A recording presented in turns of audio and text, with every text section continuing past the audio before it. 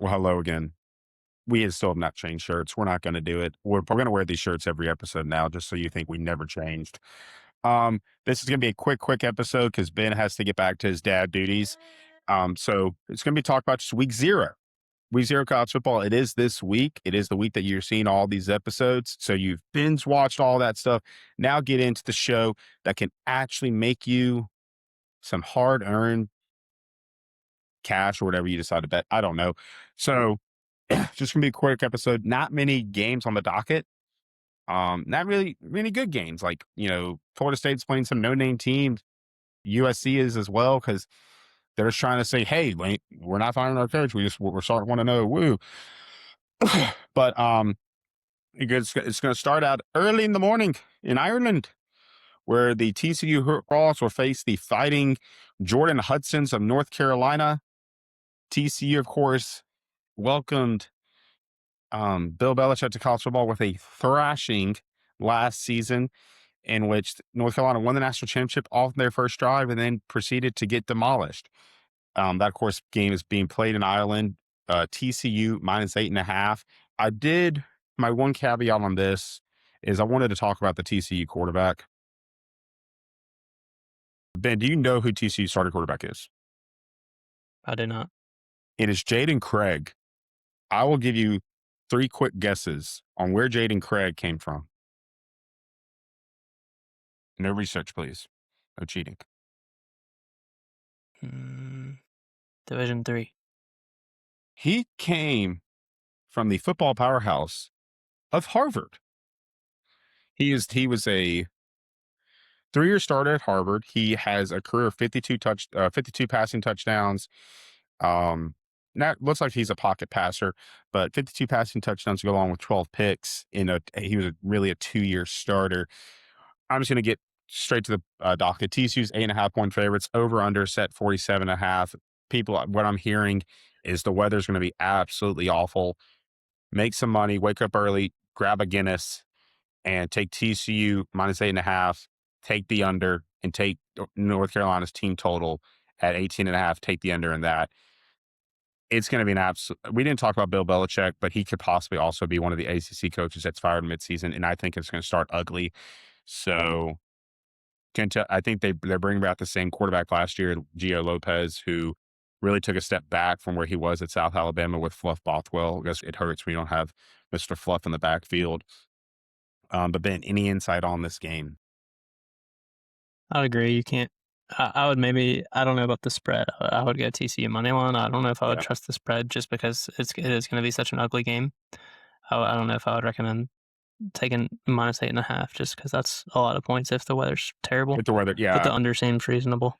I think that's part of the reason why I took TCU in the spread was I had the team total under for North Carolina and the under just in general. So if TCU scores 2 touchdowns, that could be enough. Who knows? The next game, because again, we're gonna not run through these, but not that much on the docket. Next game, I think could be one of the best games of week 0 before the nightcap. It's NC State and Virginia. So this is an ACC game. Was supposed to be played in Brazil. I think it was safety concerns because Brazil is Brazil. Um, but it was safety concerns, so they ended up moving the game back to the United States. It's going to be played in Charlottesville. A big thing I think of this game is the 2 quarterbacks. So the spread set or the over on the set 53.5. Virginia is 4.5-point favorites. I love NC State money line. You kind of touched on CJ Bailey, the way he you had NC State in the championship game. You had him as possibly the best player, and getting just kind of over that hump and the clumpness of the ACC outside of Miami. So yeah, I think it for my picks for this is going to be NC State money line, and I'd probably take the overs because I think CJ Bailey does have the chance to have somewhat of a coming out party in a standalone game. Yeah, I would.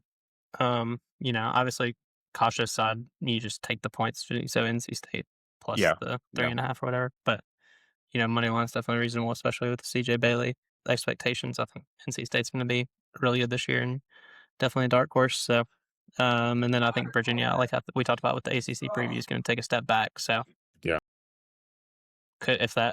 we'll see week 0 early on if that Right. No, for sure. Yeah. So the next game we have, it's should be one of the late games, but I don't know exactly. Stanford hosting Hawaii. Hawaii obviously played a tough game with Stanford last year. Stanford's 3.5 point underdog or 3.5 point favorites. And that spread just screams take Hawaii in the points. Just take the points. And I'd probably lean under just because Stanford's breaking in a new coach to Vita Pritchard, who Andrew Luck pretty much just hired the guy who was the starter before he was at Stanford. I think it was just a friendly hire. It wasn't really that much to do with Tavita Pritchard's actual pedigree as a coach. I think it was just a friend helping out a friend. I'll probably take Hawaii in the points, but I don't know if I'm going to watch any of this game, and I'd probably take the under. I think it's going to be an ugly kind of game, but I could see possibly Hawaii making it look somewhat fun just with the kind of brand that Timmy Chang likes to play. Yeah, I really don't know. I wouldn't recommend touching this game, but I think Hawaii definitely could win. But I mean, it's hard to not lean Stanford, even though they're going to be terrible. They're going to win a game or two. Yeah, So j I don't yeah, know. no, I and this could be the one. This and Yeah, granted, Hawaii is the team because they always play week 0. I always bet on them, whether they're playing Vandy in Vandy or Vandy in Hawaii. I always take the Rainbow Warriors, and they have always let me down. So you just gotta keep beating the drum, and eventually it's gonna break. Last game, marquee game, big game, honestly, with what we talked about in the last episode, could be a big game in terms of the playoff picture, because this could be, in all likelihood, two teams that you're talking about at the end of the season that could be the G6 representative in the college football playoff. It's Memphis traveling to Las Vegas, playing UNLV. The Tigers are 4.5 point underdogs. Again, we talked about it last week or last episode. Jackson Arnold taking over as starting quarterback on a Dan Mullen and the running Revs. Over under is set at 56.5. Ben, what can you tell me? I can tell you that Memphis is going to be good again, just like they always are. And I can tell you that UNLV is probably going to be dang near just as good, if not better. And I can tell you that I don't trust Jackson Arnold, but I do trust Dan Mullen to do decently with Jackson Arnold. Um, Jackson Arnold won week 1 last year against Baylor, so I think I'm leaning towards UNLV. That week 1 magic, well, technically week 0 magic. Right, yeah. Um, First game magic kind of do it, yeah. I think that UNLV will have a little bit more continuity. Obviously, Memphis has new coaches and probably like a good bit of new players, so I'm leaning UNLV. Yeah, for me, I have the running Rebs. Because like I said in the last episode, I have them being the G6 representative, and obviously, if you're going to be the G6 representative, you probably have to win games against other teams that you could be compared against late in the season. My main thing with Memphis is, and granted, this was always under Silverfield, which I think just expedited all these feelings. They were always like, "Hey, you win this game, you're going to have a chance." Now, Charles Huff obviously coming in, bringing excitement to the fan base because it was kind of like how you mentioned in one of the episodes with I think it was Kalen DeBoer, maybe letting him just go away. That's pretty much what Memphis wanted to do with Silverfield. It's like, hey, yeah, you can go take the Arkansas job. We're so darn it, you're leaving us. No. But behind the scenes, they were all excited and ecstatic to finally be out of the chains, as Corey said, that Ryan Silverfield had them under.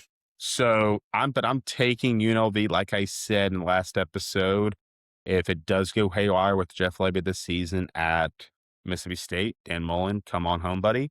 So I'm obviously going to hope that they pull this out, but I might stay away from picking a side and I might just end up taking the total. I think each of these teams, you're going to have exciting offenses. If you watch Charles Huff, whether it's from his time at Marshall or his short stint at Southern Miss, he was only there for a season. But they do breed an exciting offense. And with Memphis, who is not named the starting quarterback, but I think it's got to be Aaron Nolan. I think you got to let him air it out. I mean, that's just my opinion.